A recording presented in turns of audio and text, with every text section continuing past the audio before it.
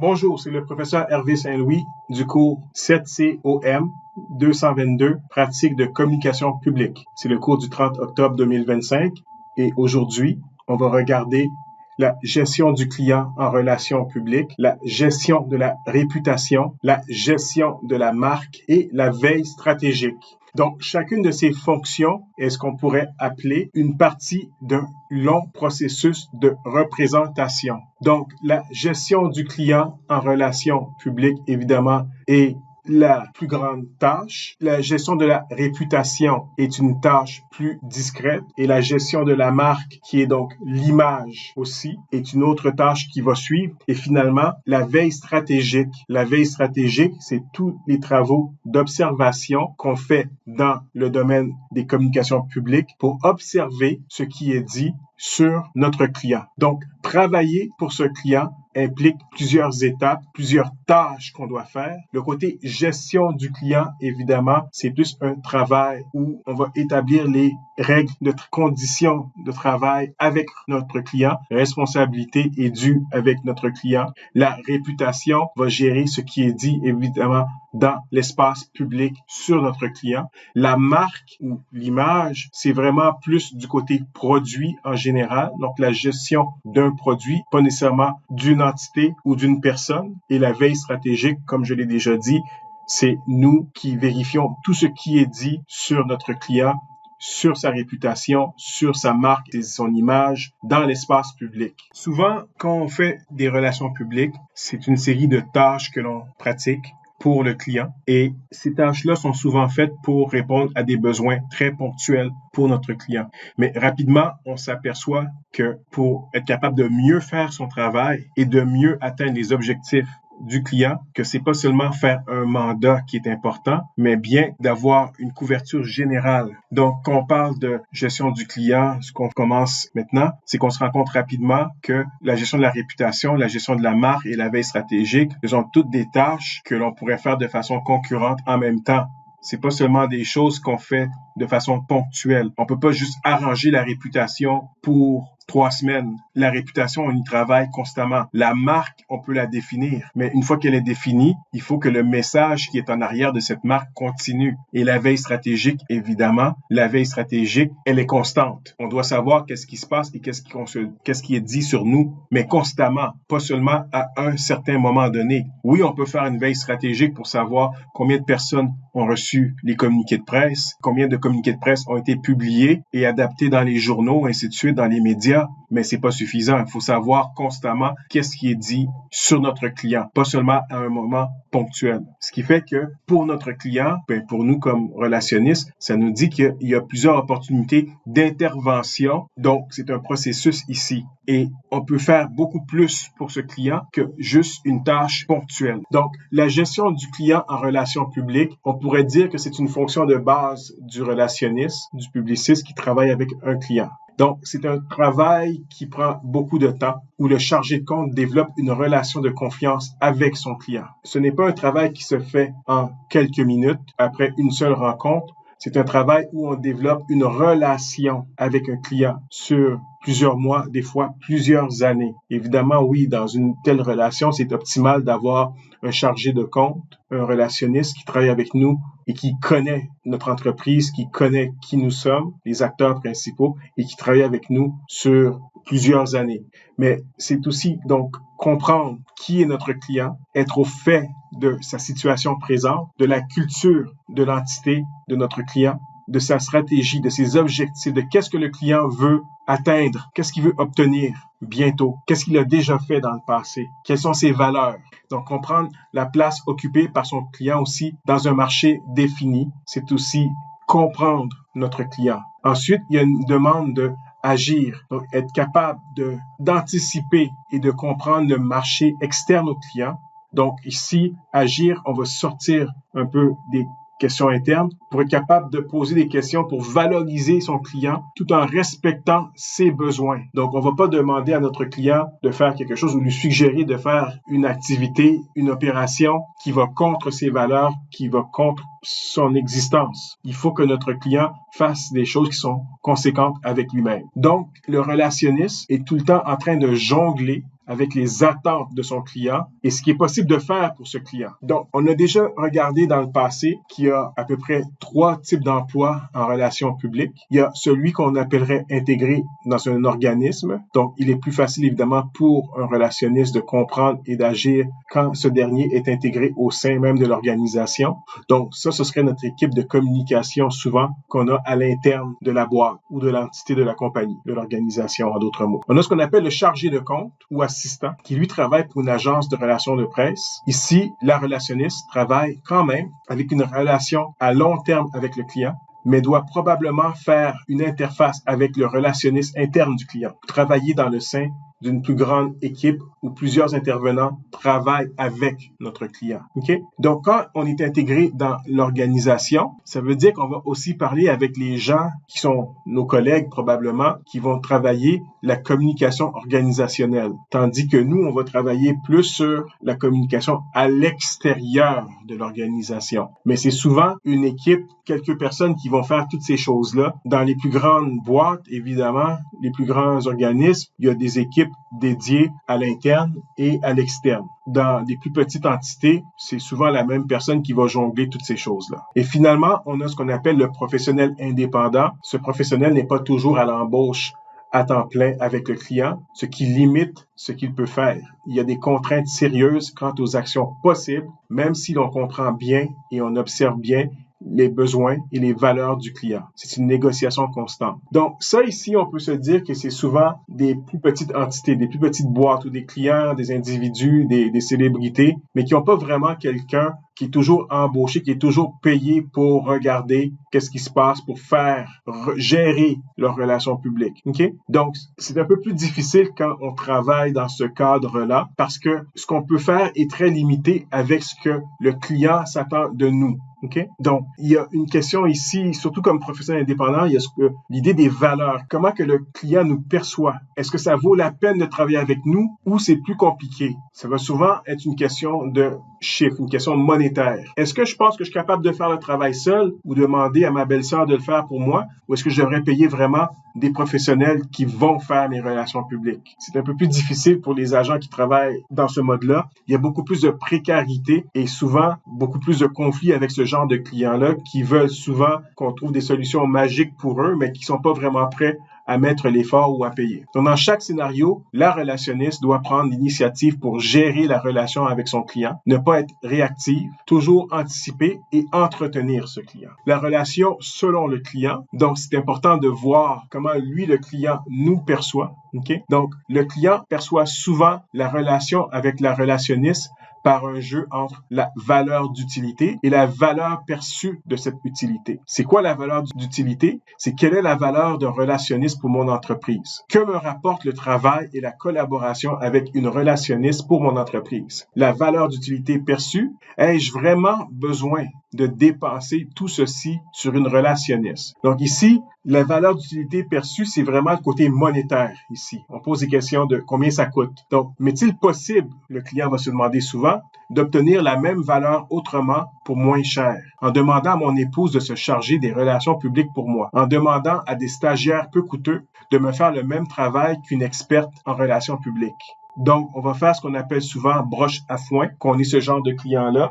On va essayer d'avoir le maximum en demandant à des gens dont c'est pas le travail, dont ce n'est pas l'expertise, d'essayer de faire le travail d'une experte, d'un expert qui pourrait régler la situation souvent en quelques instants, beaucoup plus rapidement. Mais ils vont se dire, mais si tu peux régler les problèmes aussi rapidement, pourquoi est-ce que je te paye aussi cher? Ben, tu payes aussi cher que ça parce que j'ai justement une expertise. Ton épouse puis tes stagiaires peuvent pas faire le même travail que moi, la même synthèse que moi, parce qu'ils ont beaucoup moins d'expérience que moi. Alors, il y a un prix à cette expérience-là. C'est pas parce que je suis capable de solutionner tes problèmes rapidement et efficacement que ça veut dire que je ne vaux pas le prix. Donc, souvent, d'autres questions que le client va se poser, c'est quand que c'est vraiment le côté monétaire, donc la valeur d'utilité perçue. Ai-je besoin d'un relationniste tout le temps que je paye cher pour seulement observer le marché et mon secteur d'activité que je connais mieux que lui? On va souvent se dire, mais je veux dire, ce genre d'entrepreneur-là va souvent se dire, Mais je pense que j'en sais plus que le relationniste sur mon entreprise, sur le marché dans lequel j'opère. Pourquoi est-ce que je devrais payer quelqu'un pour faire de la veille stratégique, pour regarder ce qui se passe, pour m'expliquer des choses que, en théorie, je sais mieux que cette personne-là. Surtout que, des fois, les informations que cette personne-là va me donner ne sont pas tout à fait justes, sont erronées. Mais la différence, c'est que la personne, le relationniste, va voir les choses d'un autre œil. Donc, ce ne sera pas le même œil biaisé. Ce ne sera pas la même perspective avec les deux pieds dedans, où on est incapable de se distancier pour observer qu'est-ce qui se passe vraiment. On est tellement convaincu que des fois, on peut manquer le bateau et on ne peut pas voir des choses qui sont devant nous parce qu'on pense tellement bien connaître notre domaine. Donc, il y a beaucoup de biais qui viennent avec ça, une très grande subjectivité aussi. Et ce que le relationniste, lui, nous amène, c'est une forme d'objectivité, de regard sur qui on est, sur notre marché, sans avoir tout le bagage émotionnel souvent, fierté souvent aussi. On est fier de notre entreprise. Donc, sans avoir tout ce bagage-là, peut poser des questions et constater des choses qu'on n'aurait jamais vues par nous-mêmes. Donc, je ne crois avoir besoin d'un relationniste que pour le lancement d'un nouveau produit. Après, on s'en charge. Souvent, cette perception-là du relationniste, on va voir comme, ici, j'ai un projet, j'ai un truc qui va sortir, un lancement, quelques communiqués de presse qu'on doit faire, et c'est pour ça qu'on va sortir les informations. On va travailler avec un relationniste juste pour ça, mais le reste du temps, on s'en charge, on n'a pas besoin d'eux. C'est une façon aussi de voir pour le client sa relation avec son relationniste. Seulement quand j'ai besoin d'eux, et le reste du temps, je veux pas les garder à ma charge avec moi constamment, ça coûte trop cher. Donc, un des défis des relationnistes, c'est de changer la perception du client. Donc, la relationniste est donc à la merci de la perception de valeur du client. Donc, elle se doit de changer cette perception et de faire valoir sa valeur selon les bonnes pratiques en relations publiques. Elle doit cependant comprendre, une fois de plus, la situation du client. Est-ce une petite organisation? Est-ce une petite moyenne entreprise? Un particulier qui n'ont pas de moyens pour payer un compte client pour une année? Est-ce une multinationale qui a plein de contraintes juridiques et institutionnelles limitant sa relation avec une relationniste? La relationniste doit donc faire le pont entre les valeurs de son travail avec la valeur perçue par le client. C'est pas facile de faire ce genre de travail-là. Quelques perceptions du rôle des relationnistes, on les a déjà vues. Donc, le coordonnateur coordonne les campagnes du client. L'entremetteur gère les relations internes et externes du client. L'organisatrice organise tout le processus de travail et des projets. Les rencontres, les plans de communication, les rapports, secrétariat, sur les réunions, informe les gens, briefing, débriefing, rédige les rapports annuels, etc. L'intermédiaire, la personne contact entre le client et l'agence de communication externe. OK? Donc, l'intermédiaire, évidemment, c'est quelqu'un qui travaille à l'intérieur de notre organisation.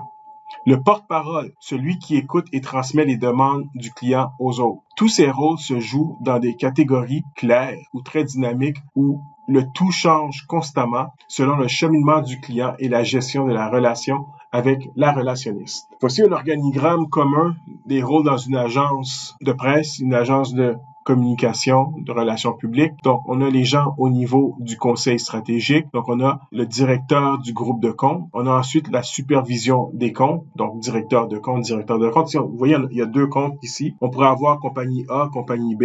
OK? Je pourrais avoir le directeur de compte pour tout ce qui s'agit de Hydro-Québec. Puis ensuite, je pourrais avoir le directeur de compte pour tout ce qui concerne Bell Canada. Donc, j'ai deux directeurs de compte. Un qui travaille pour Hydro-Québec, un qui travaille pour Bell Canada. Ensuite, j'ai la gestion de compte. J'ai le chargé de compte, j'en ai plusieurs qui vont travailler sur plusieurs éléments différents à l'intérieur de chez mon client Hydro-Québec ou Bell Canada. OK? Et j'ai des chargés de projet qui, eux, se chargent des activités quotidiennes avec mon client. Donc, ce sont souvent des postes un peu plus inférieurs, des postes d'entrée, des nouveaux postes hiérarchiquement, mais ça ne veut pas dire que ces gens-là travaillent moins. Au contraire, ils travaillent autant. Et autour d'eux, il va probablement avoir des assistants aussi qui sont là pour apprendre en même temps, une petite équipe souvent. Donc, le cycle de tâches de la relationniste, donc, il y a ce qu'on appellerait le conseil informationnel, la connaissance des problèmes et des besoins du client, la préparation, travailler en équipe sur l'interprétation des concis et trouver des solutions aux problèmes, développement de la stratégie, travail d'équipe pour mettre en œuvre une solution sur le plan de communication, l'adoption de la plateforme et du mode de déploiement de la solution pour le client, dans notre cas, un dossier de presse. C'est ce qu'on va travailler. Les compétences requises en gestion du client, comprendre les attentes du client, faire des représentations efficaces et claires aux clients, mais aussi aux collègues et aux autres intervenants. Faciliter de communiquer clairement et informer des sujets importants. Garder un œil constant sur le budget et la faisabilité d'un projet. Bien balancer la valeur du client pour savoir. Un client exigeant dont la valeur du compte est moins importante. C'est le genre de client, on ne veut pas travailler autant dessus. Okay? Souvent, on va voir le plus qu'ils en demandent, le plus ils sont exigeants, le moins qu'ils veulent payer et le moins qu'ils payent. C'est un problème constant. Être l'avocat de son client auprès du public et à l'interne. C'est très important. On fait de la représentation ici, après tout. Être capable d'identifier tout problème, être capable d'évaluer l'efficacité d'actions posées dans le passé en utilisant des outils de mesure constants, être prêt à gérer l'imprévu, souvent, déterminer si la relation avec le client fait partie des objectifs de l'agence. Okay? Donc, souvenez-vous qu'on avait regardé dans un des cours précédents, est-ce qu'on prend le client, oui ou non?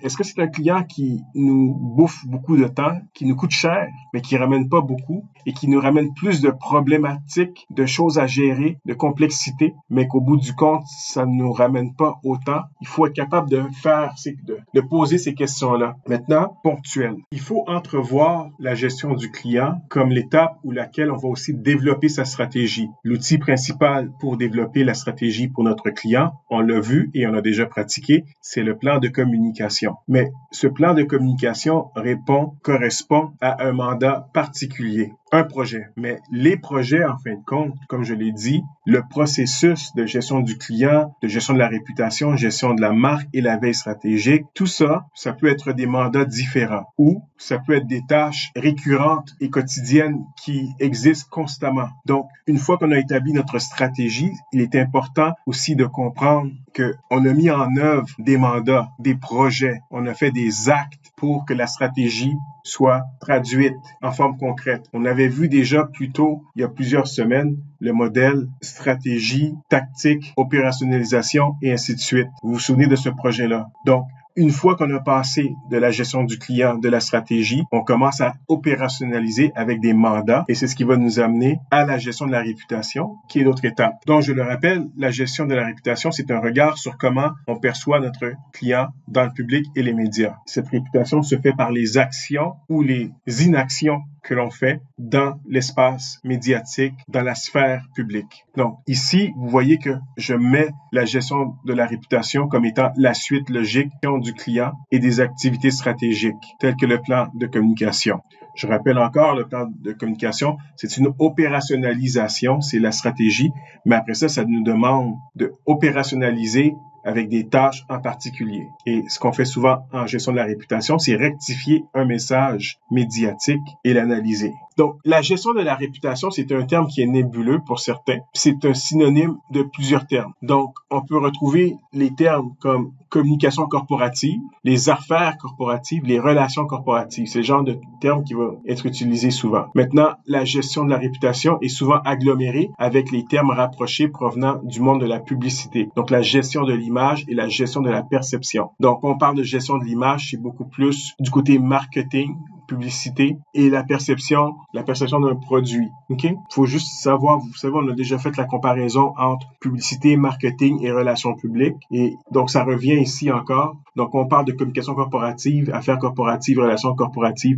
On est plus du côté relations publiques. Mais des fois, quand on va plus du côté gestion de l'image et de la perception, on parle probablement plus d'un produit et on est plus du côté marketing, publicité aussi. Dans plusieurs boîtes, les deux peuvent être entremêlés. C'est souvent des gens qui vont faire les deux. Mais quand on n'a pas de produit et qu'on travaille vraiment dans des services genre comme l'université, on va probablement avoir plus quelque chose qui ressemble plus au côté réputation que gestion de l'image. Maintenant, l'importance de la gestion de la réputation, comme nous dit Gibson, Gonzalez et Castanon, c'est l'actif le plus important d'une entreprise. C'est une définition classique de ce qu'est la réputation. La réputation d'une entreprise, elle en a une seule. Une réputation qui est brisée, ça prend beaucoup de temps pour la rebâtir. Donc, c'est pour ça qu'on dit souvent que c'est un actif.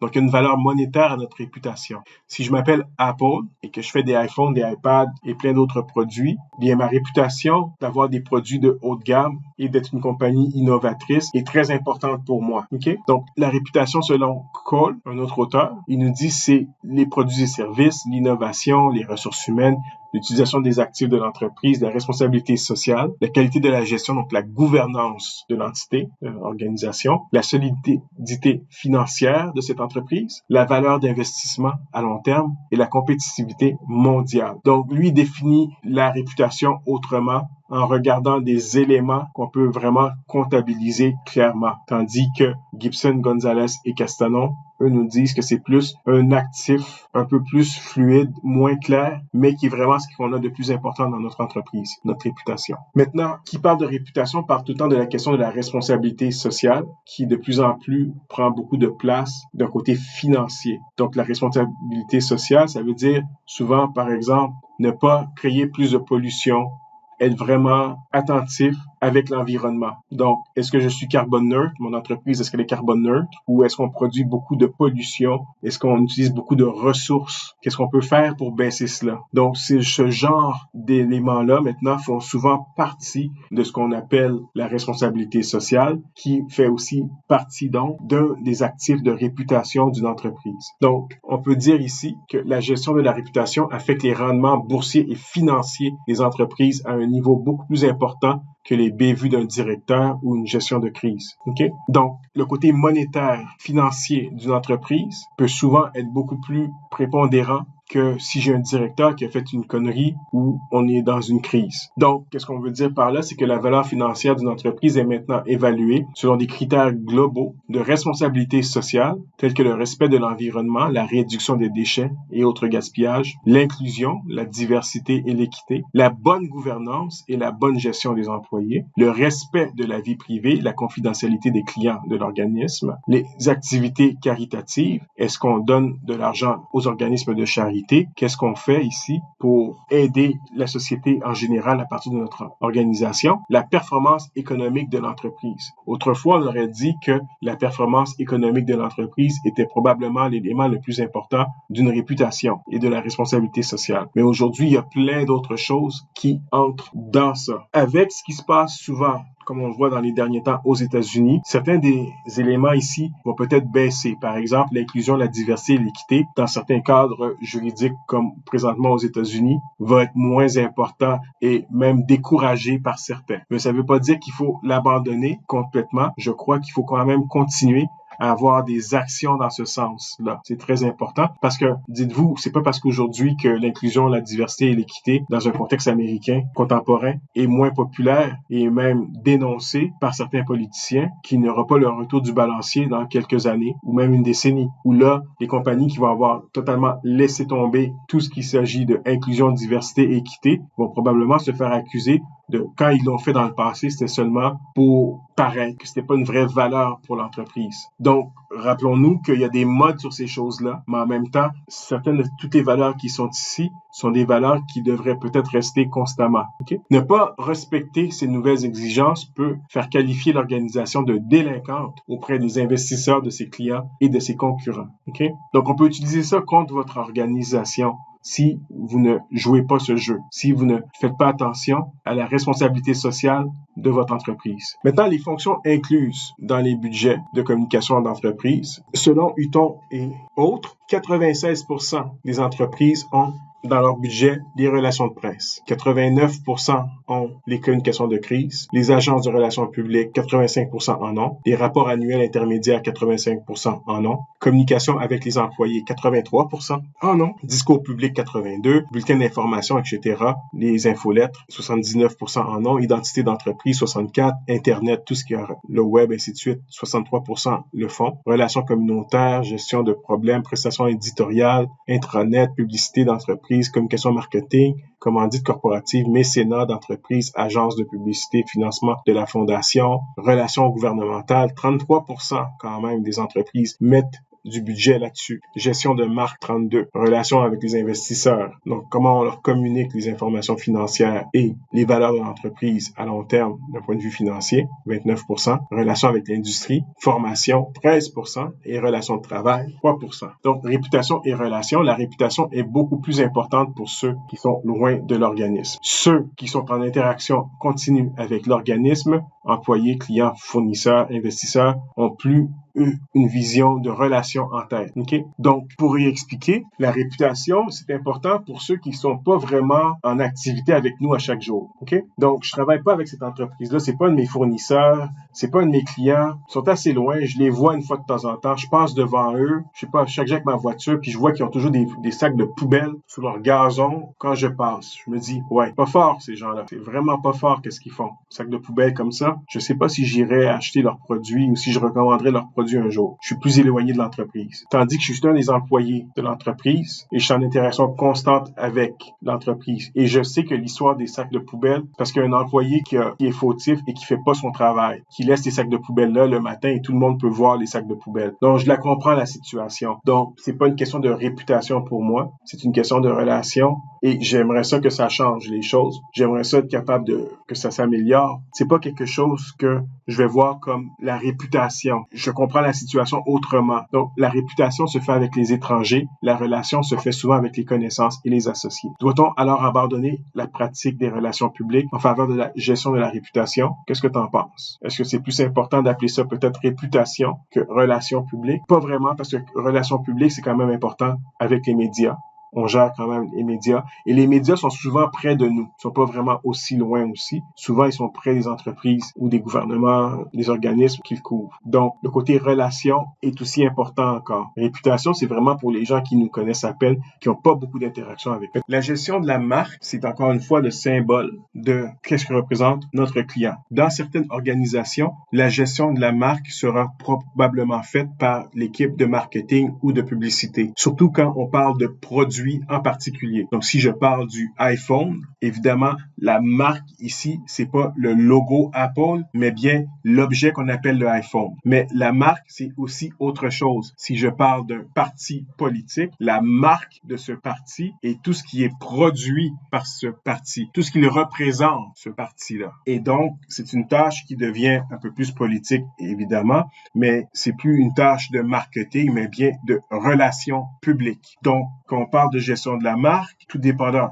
de l'organisation, ça peut soit être plus relations publiques, soit plus marketing. Tous les modèles existent. Il y a des modèles qui nous disent qu'il faut les travailler de façon commune, dans une seule équipe. Il y en a d'autres où on va vouloir séparer et il y en a d'autres où probablement les relations publiques seront subordonnées à l'équipe de marketing et même vice-versa, où l'équipe de marketing sera subordonnée à l'équipe des relations publiques et des communications. Tous les modèles existent. Donc, qu'est-ce que l'image de marque et la marque? En classe, on retravaillera cette question-là, puis on va la définir plus tard. Maintenant, la marque, c'est quoi? La marque est un nom, un signal, un symbole ou un dessin ou une combinaison de ce qui précède qui vise à identifier les biens et les services d'un vendeur ou d'un groupe de vendeurs et à les différencier de leurs adversaires. Comme la pomme qui a été croquée de Apple, c'est sa marque. Une marque représente une organisation, ses produits, ses services auxquels une identité, un nom et une valeur ajoutée d'image de marque ont été donnés. Encore une fois, la pomme de Apple qui a été croquée. La marque est considérée comme un élément stratégique tellement fondamental que pour réussir un équilibre cohérent et différencié est nécessaire. Elle définit comme équilibre de la marque l'ensemble des ressources inhérentes, un symbole auquel s'ajoute une valeur proportionnée aux bénéfices perçus de l'entreprise. L'image de marque est un ensemble de perceptions d'une marque reflétée par les associations de marques détenues dans la mémoire du consommateur. Maintenant, la gestion de la marque, d'après Issier et Lee, la perception des relations publiques d'une entreprise par le public, sa loyauté envers celle-ci, passe par l'image et la marque de celle-ci. Donc, même si l'entreprise effectue une série d'activités prononcées dans le domaine des relations publiques, si l'image qu'en perçoivent ses clients est négative, a priori, une sensation de cynisme et un manque de confiance et de loyauté s'en suivra. Donc, si je pense que Apple est une mauvaise entreprise, même avec un effectif de communication important, mon opinion de l'entreprise sera faite et cela n'augmentera pas ma loyauté envers elle. Maintenant, on va faire cet exercice-là en classe ici, la prochaine fois qu'on se verra. Okay, donc, on va gestion et pratique de la marque. Et la veille stratégique, c'est observer ce qui est dit et écrit sur notre client pour trouver des opportunités et comprendre nos faiblesses. La veille, elle est transversale. Donc, on a toujours de la veille habituellement. Pas seulement quand on fait un lancement de produit ou qu'on fait une grande annonce et on veut voir qu'est-ce qui a été dit les jours suivants. On devrait toujours être en train de faire de la veille pour voir quelles sont les opportunités et quelles sont les faiblesses. Les opportunités aussi de nos adversaires. Donc, la veille stratégique n'est pas nécessairement la veille qu'on fait sur nous seulement. On peut la faire sur les autres dans notre espace public. Donc, un exemple, si je suis un parti politique, je veux vouloir savoir qu'est-ce qui se dit des autres partis politiques contre qui je suis en opposition, contre qui je veux me démarquer pour aller chercher la faveur du public. Donc, cette veille stratégique-là ne sera pas seulement sur qu'est-ce qui est dit sur mon parti politique, mais aussi ce qui est dit sur les autres partis politiques dans mon environnement. La veille stratégique et l'intelligence d'affaires. L'informatique décisionnelle est une vaste catégorie d'applications de technologie et de processus de collecte, de stockage, d'accès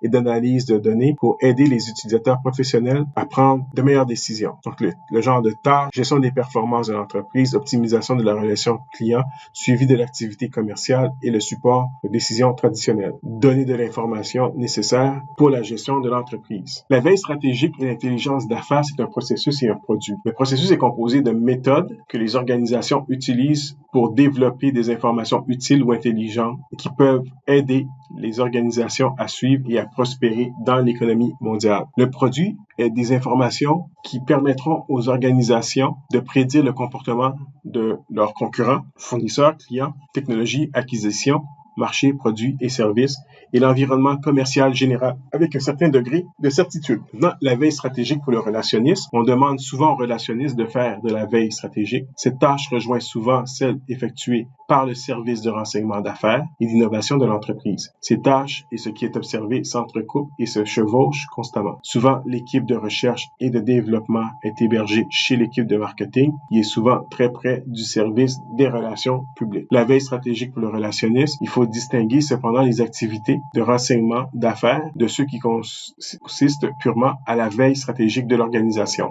Le service des relations publiques n'est pas responsable de l'innovation. Il est plutôt responsable de la mitigation de risques, un peu comme le service juridique de l'entreprise, tout en étant capable de conseiller et réagir aux crises potentielles. Les outils et services de veille stratégique, il existe des outils de mesure utilisés en renseignement d'affaires qui documentent tous les processus dans un organisme, comptabilité, production, intranet. Il existe des outils qui mesurent la relation de l'entreprise avec le monde externe, des bases de données de contacts clients, des sites web et référencement, genre avec Google Analytics. Il y a aussi des services d'alerte qui surveillent ce qui est dit sur son organisme dans les médias et les médias sociaux. Google Alert et d'autres services de veille médiatique sont très efficaces. Donc ici, on a un autre exercice où je vous demande de monter une alerte Google pour une série de termes pour être capable d'avoir des avertissements à chaque fois qu'un thème est prononcé sur un site web ou dans les médias. On va faire cet exercice-là en classe pour éviter de le faire en ligne ici. Donc, on va revenir dessus la prochaine fois qu'on va se voir. Donc, on l'a vu plus tôt, c'est hyper important de passer du projet à ce que j'appelle l'opérationnel en relation publique avec le client. Donc, souvent, le client va nous demander de travailler sur un projet particulier comme un plan de communication, un dossier de presse, un discours ou refaire l'image de marque. Et donc, le relationniste doit faire valoir que c'est important que ce projet ne soit pas juste une pierre lancée dans l'eau comme ça, qu'il doit avoir une suite à cette activité-là, à ce projet-là, mais qui est sur une longue durée. Donc, de passer à l'opérationnel. Donc, ne pas seulement dire « je travaillais sur un projet ici », mais on va plutôt travailler sur toutes les relations publiques pour le client à long terme, ce qui veut dire développer une relation avec ce client. Donc, on s'aperçoit rapidement que juste faire une tâche comme ça, il y a d'autres besoins chez le client. Il y a d'autres choses qu'on peut faire. Et toutes les questions de valeur, d'utilité, valeur perçue par le client, c'est ici que ça vient ici. C'est ici que le débat va se faire, la discussion va être faite. Est-ce que tu as besoin de moi pour plus que autre chose? Et voici comment je peux t'aider. Donc, on entre en relation de gestion du client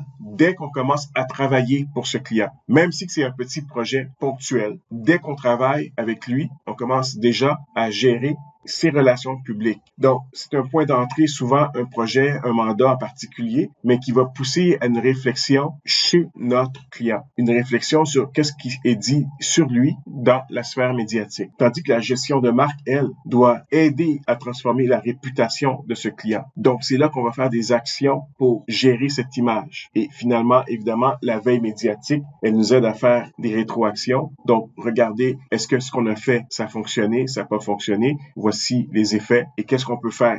On peut aussi réagir à des crises. Donc, la rétroaction est toujours là pour nous aider à aller chercher l'intelligence d'affaires, l'information qui est dans la sphère publique. Donc, il y a plusieurs opportunités ici de transformer un projet ponctuel. On peut gérer une crise chez le client, puis après ça, il décide peut-être de nous garder plus longtemps, de travailler avec lui, parce qu'il se rend compte qu'il a besoin de nous et que ça a l'air facile de gérer ses relations publiques, mais ce ne l'est pas. C'est un travail à temps plein. Et souvent, nos clients vont faire des erreurs dans ce qu'ils vont faire avec les médias, avec le public. Ils vont mal répondre, ils vont vouloir peut-être se cacher, ils vont vouloir peut-être même provoquer encore plus. Et il faut toujours un esprit très froid, très rationnel, très objectif pour leur dire je pense pas que c'est une bonne idée, ça. On devrait peut-être réfléchir un peu à ta réaction à tel événement ici. Je pense pas que c'est la meilleure chose pour toi à long terme. Peut-être que rapidement, à court terme, ça te fait plaisir, tu te sens bien de pouvoir te défouler. Mais à long terme, tu fais juste faire du mal à la réputation de ton entreprise. Et c'est pas ce que tu veux. Donc, peut-être que tu devrais réagir autrement ici. Et c'est ça qu'il faut faire valoir aux clients, qu'il y a des choses qu'on peut faire pour eux et qu'ils devraient peut-être écouter les conseils.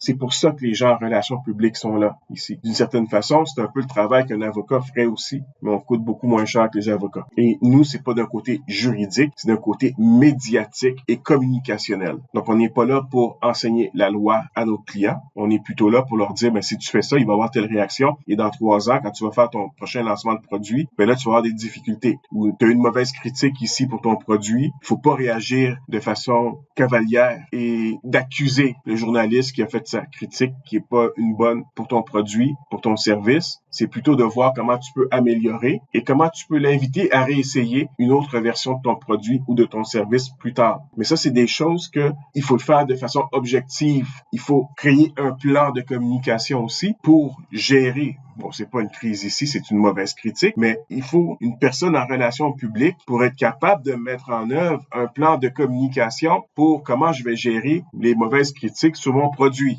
Donc, on voit tout de suite que c'est pas un travail de marketing, ça. C'est vraiment un travail de relation publique. Le marketing, ils vont refaire le produit, ils vont dire, on a rajouté tels avantages, telle spécificité, tel bénéfice, ainsi de suite. C'est pas ça que nous, on va faire. Nous, on va travailler sur l'image du produit, sur la réputation à long terme et comment on va traiter avec les médias quand on va leur présenter la nouvelle version du produit ou du service. Donc, on veut changer leur perception, pas par de la pub, pas le produit ou service en soi-même, mais plus par des actions. On va peut-être les inviter à venir à un lancement. On va les amener en arrière pour leur montrer la version avant tout le monde, des choses comme ça. On va les amadouer. C'est le travail des relationnistes de faire ces choses-là et de tempérer nos clients qui souvent veulent juste se fâcher et déchirer leur chemise en public pour certains, mais c'est pas ça qu'on veut faire en relations publiques. On veut tempérer, on veut gérer, on veut faire passer à un autre sujet aussi dans les médias. Alors ici, j'ai 4 cas de figure qu'on va étudier dans le processus de représentation en relations publiques. Le premier cas, j'ai une politicienne qui se lance dans une élection en changeant de palier de gouvernement. Elle passe du provincial au fédéral. L'élection fédérale est dans 1 an. On va regarder qu'est-ce qu'on peut faire avec elle en termes de représentation. Donc, gestion du client, gestion de la réputation, gestion de la marque et évidemment la veille stratégique. On va regarder un fabricant de jouets festifs. Dans ce cas-là, ici, il fabrique des lutins de Noël. C'est une petite PME, une petite moyenne entreprise familiale basée à Roberval, dont les produits sont populaires au Québec, mais pas à l'extérieur de la province. Il y a peut-être de l'espace ici pour travailler l'image de notre entreprise et peut-être même l'image du produit, le lutin de Noël. Le troisième cas qu'on va regarder ensemble, c'est un festival de jazz qui se tient à Saguenay à chaque an. Je sais qu'il en existe un vrai en passant. Bien qu'une petite équipe, il y a quand même quelques employés permanents qui travaillent pour l'organisme, même hors saison. Souvent, les festivals vont avoir des équipes permanentes qui vont travailler avec eux le temps d'organiser le festival et faire le retour sur le dernier festival aussi. Donc, c'est pas seulement des gens qui vont se mettre à travailler 2 mois à l'avance et arrêter quelques semaines après. C'est souvent des équipes qui vont travailler toute l'année durant, ce qui veut dire qu'ils vont avoir des besoins en relations publiques et on va voir qu'est-ce qu'on peut faire avec ce client. Finalement, on va regarder le cas d'un magasin de commerce électronique taïwanais qui voudrait s'implanter au Canada. Donc, c'est une plateforme dans notre cas ici qui est très populaire en Asie et en Europe, mais très mal perçue en Amérique. Pensez à Temu ou une espèce d'Amazon taïwanais ici ou même chinois. On va regarder nos 4 cas en regardant la gestion du client, la gestion de la réputation, la gestion de la marque et évidemment la veille stratégique. Donc ici, j'ai ma politicienne qui veut partir du provincial et qui veut aller au fédéral. On commence un mandat avec elle. Elle embauche notre boîte puis elle dit « Travaillez avec moi s'il vous plaît ». Dans le monde politique, il y a des gens qui sont plus spécialisés, qui vont travailler d'un point de vue plus politique et moins relations publiques. Souvent, c'est des gens qui travaillent pour des partis. Ce sont des gens engagés aussi, qui vont travailler pour les idées, qui vont partager les idées de leur chef. Mais ici, notre politicienne, elle se dit, je sais que le parti dans lequel je voudrais aller a déjà toute une équipe et j'ai déjà mon équipe de collaborateurs politiques qui m'aident dans la gestion de ma carrière comme politicienne. Mais ici, j'aimerais travailler avec une boîte de com quand même pour aller chercher d'autres idées parce qu'il y a quand même des tâches ici qui sont très professionnalisantes. Il y a des tâches ici que l'équipe que j'ai autour de moi ne peut pas tout faire. Alors, j'aimerais ça voir qu'est-ce qu'une équipe de communication pourrait faire pour m'aider ici. Habituellement, on pourrait dire, oui, ce sont vraiment des gens qui travaillent dans ce domaine-là, qui sont spécialisés dans la politique, mais il n'y a rien qui empêche notre politicienne de faire affaire avec une boîte de com. Il y en a aussi qui sont spécialisés pour le domaine politique, évidemment. Et certaines d'entre elles ont aussi certaines orientations idéologiques souvent. Donc, ici, il faut comprendre notre politicienne. On comprend que ça fait quelques années qu'elle était dans un autre palier de gouvernement. Il y a une opportunité pour elle dans 1 an qui lui permettra d'aller du provincial au fédéral et de se faire réélire. Donc, pour comprendre, on sait qu'elle est déjà élue. On sait qu'elle a déjà un peu d'expérience comme parlementaire. On le sait. Maintenant, évidemment, est-ce qu'elle a occupé un poste de ministre ou est-ce qu'elle était seulement une simple députée qui n'a pas vraiment pris de décision? Il faut aussi comprendre pourquoi est-ce qu'elle veut quitter le provincial pour aller au fédéral. C'est clair qu'il y a une opportunité pour elle ici. C'est clair qu'elle pense probablement aussi atteindre certains objectifs de carrière beaucoup plus rapidement en passant du provincial pour aller au fédéral. Il y a tout ça qui joue. Souvent, on va voir les gens faire le contraire, passer du fédéral et aller au provincial. Un des arguments qu'ils vont souvent dire, c'est « je veux me rapprocher de ma famille, je veux me rapprocher de l'environnement où je travaille. » À Ottawa, c'est quand même assez loin. Ici, notre politicienne décide de faire le contraire. Elle décide de passer du provincial au fédéral. Dans l'histoire canadienne, il y en a eu plusieurs. Une que vous connaissez peut-être pas parce que vous êtes un peu plus jeune, Lucienne Robillard a passé du Parti libéral du Québec au Parti libéral au fédéral. C'est arrivé déjà dans le passé. Donc, qu'est-ce qu'on peut lui recommander comme agence? Qu'est-ce qu'on peut faire pour elle? Bien, on comprend qu'il y a une opportunité pour elle. Il y a une élection qui s'en vient dans 1 an et il semblerait qu'on peut facilement la choisir pour le comté. Peut-être que le comté s'est libéré au niveau fédéral et que ça correspond à peu près au comté qu'elle a au niveau provincial. Si elle est en Ontario, les comtés au niveau provincial en Ontario sont calqués exactement sur ceux du gouvernement fédéral. C'est pas le cas au Québec. Ça se ressemble souvent, les régions et tout ça. On essaie de garder quand même la population dans les mêmes espaces, mais c'est pas tout à fait les mêmes comtés, mais ça se ressemble beaucoup. Tandis que si j'étais en Ontario, les comtés au provincial sont exactement ceux qu'on retrouve au provincial. Ils sont calqués l'un sur l'autre. Je corrige ici, depuis le mois d'août 2024, le gouvernement de la province de l'Ontario, sous le gouvernement Doug Ford, ne suit plus les limites des comtés électoraux en Ontario. Ils ont adopté leurs propres mesures à partir de ce jour. Donc, qu'est-ce qu'on peut faire pour l'aider? On comprend qu'elle a déjà une équipe politique, on va les appeler les politiques, pour l'aider à faire tout son travail, mais on sait qu'elle va abandonner aussi ses concitoyens, ses électeurs dans son comté, et elle va leur dire, mais moi je m'en vais à Ottawa, mais j'aimerais ça que vous me gardiez en tête et que vous continuez à me supporter à l'autre palier de gouvernement. Est-ce qu'elle va décevoir les gens quand elle va changer de palier de gouvernement ou est-ce qu'elle a été été battue dans une élection et donc elle décide qu'elle va seulement se réessayer pour se faire réélire ailleurs une fois qu'elle a été battue. C'est toutes sortes de questions qu'il faut comprendre. Évidemment, ces questions-là, elles vont arriver rapidement et on va savoir tout de suite dans un cas politique qu'est-ce qui s'est passé, pourquoi qu'elle veut passer d'un palier de gouvernement à l'autre. Mais dans l'exemple qui nous concerne ici, clairement, elle est encore politicienne active. Donc, elle est une élue au niveau provincial et elle veut passer au niveau fédéral. Il y a une opportunité ici et elle veut la saisir. Est-ce qu'il y a une politique qu'elle aimerait mener de front et que peut-être qu'un parti politique qui pense prendre le pouvoir dans la prochaine élection lui dit, bien, si tu viens avec nous, on va pouvoir te donner tel ministère et tu vas pouvoir faire avancer certaines idées que tu as déjà. Il y a toutes ces questions-là qu'il faut poser. Il y a beaucoup de compagnies qu'on peut embaucher pour faire des sondages, pour sonder les électeurs dans son comté et les électeurs qui seront dans le comté qu'elle va représenter plus tard. On peut faire ces choses-là. C'est une chose qu'elle peut faire elle-même, mais ça peut faire partie des tâches que son agence de relations publiques va peut-être commander avec une compagnie de sondage locale, de faire des sondages internes pour voir qu'est-ce qu'on peut faire pour elle. OK?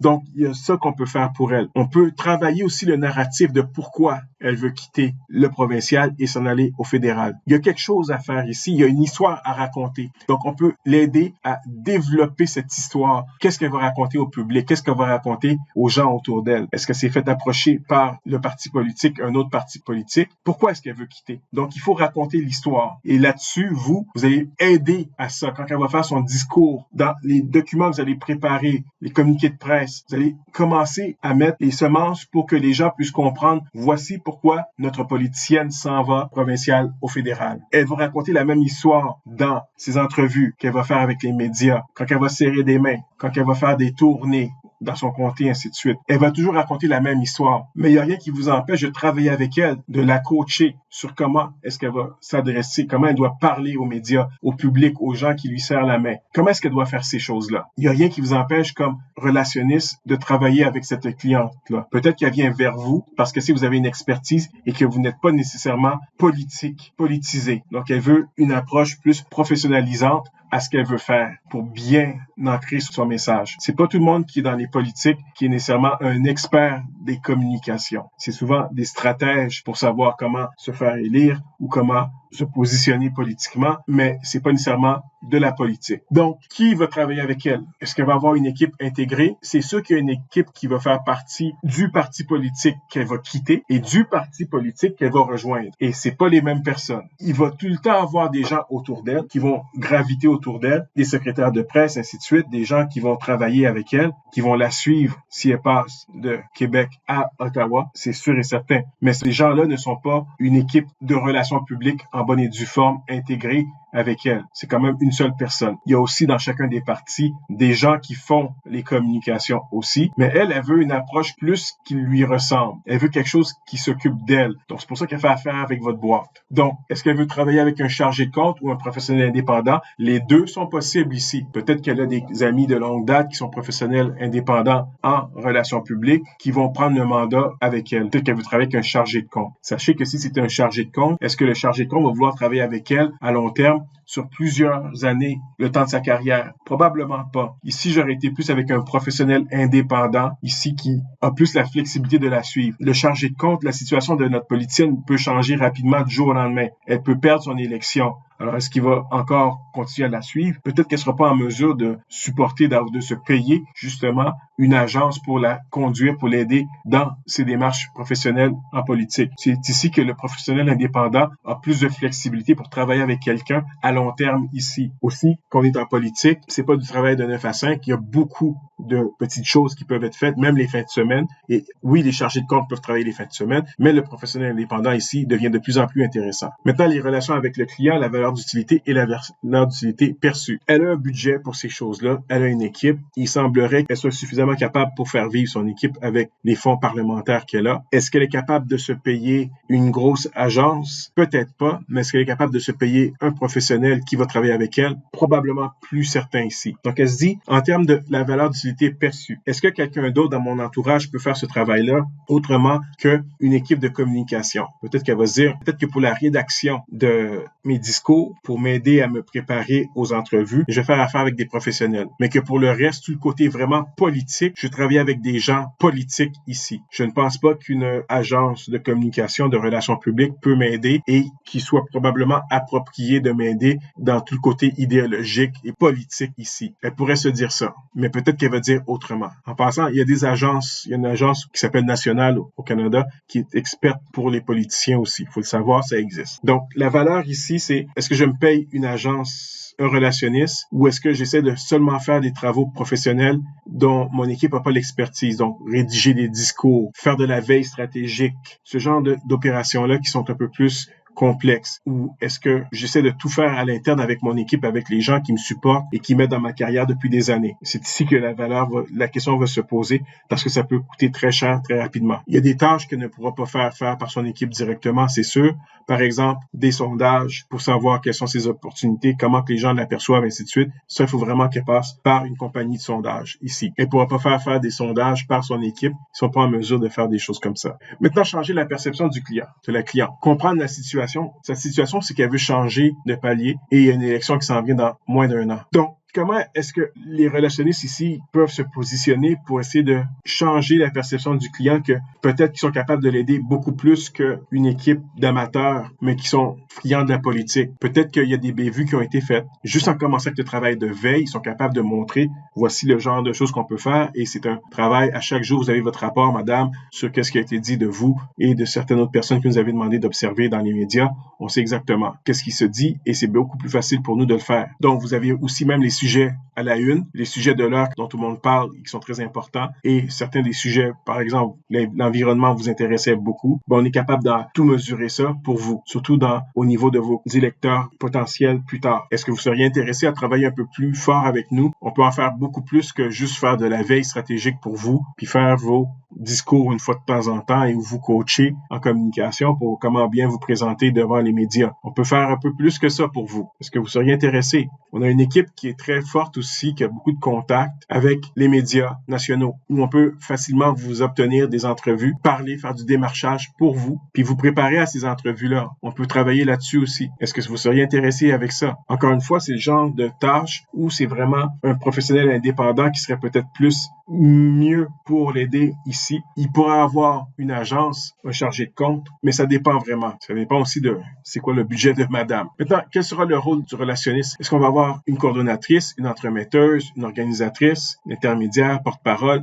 Je pense pas qu'on a affaire à une porte-parole ici. Madame, la politicienne, peut parler pour elle-même. Est-ce qu'on aura une intermédiaire? Il pourra avoir une personne intermédiaire qui va faire le contact entre notre cliente et peut-être le parti politique, mais ce sont plus le genre de tâches qui vont être faites par l'entourage de madame, avec l'équipe qu'elle va ramener du provincial avec elle au fédéral. Donc, encore une fois, je ne pense pas que c'est le genre de tâches qui serait d'intérêt pour un relationniste, une relationniste. Organisatrice organise tout le processus de travail et des projets. Ici, il y a un mélange des deux. Je peux avoir mon organisatrice qui va m'aider avec le travail qui va être fait avec les gens en relations publiques. Donc, tout ce qui s'agit de les réunions que je dois faire, ainsi de suite, et même les discours, qui va travailler avec les gens, les relationnistes, probablement. C'est un petit peu un travail d'intermédiaire ici, mais pas tout à fait. Ici, on se dit, il me faut quelqu'un pour écrire les discours. Ben, moi, je peux pas le faire, je suis une organisatrice, mais je peux pas le faire. Mais je m'assure que tu as ton discours à temps. Je m'assure que tous tes rendez-vous, que tu dois toutes les rencontres que tu devais faire avec les médias, avec toutes les personnes, qu'elles soient faites à temps, que je puisse gérer ton agenda aussi. On a l'entremetteur, l'entremetteuse, gère les relations internes et externes du client.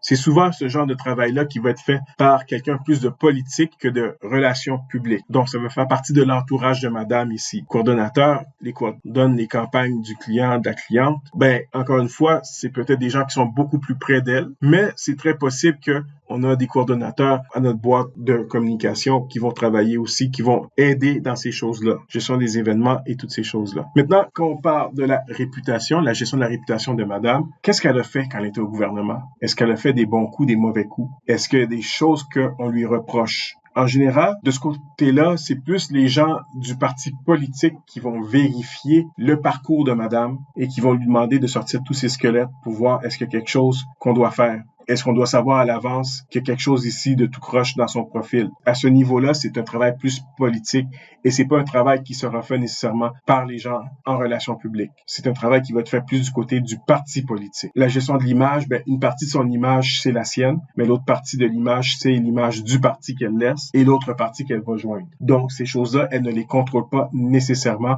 à moins que madame va à la course à la chefferie. Là, c'est une autre histoire. Elle doit faire sa propre image. C'est un peu difficile. Encore une fois, c'est du travail politique et moins de relations publiques classiques ici. Maintenant, la veille stratégique, je l'ai dit souvent déjà, on la fait n'importe quand. Il faut qu'elle sache c'est quoi les sujets de l'heure, qu'est-ce qu'on dit sur elle, qu'est-ce qu'on dit des autres partis, de son parti précédent, de son parti futur.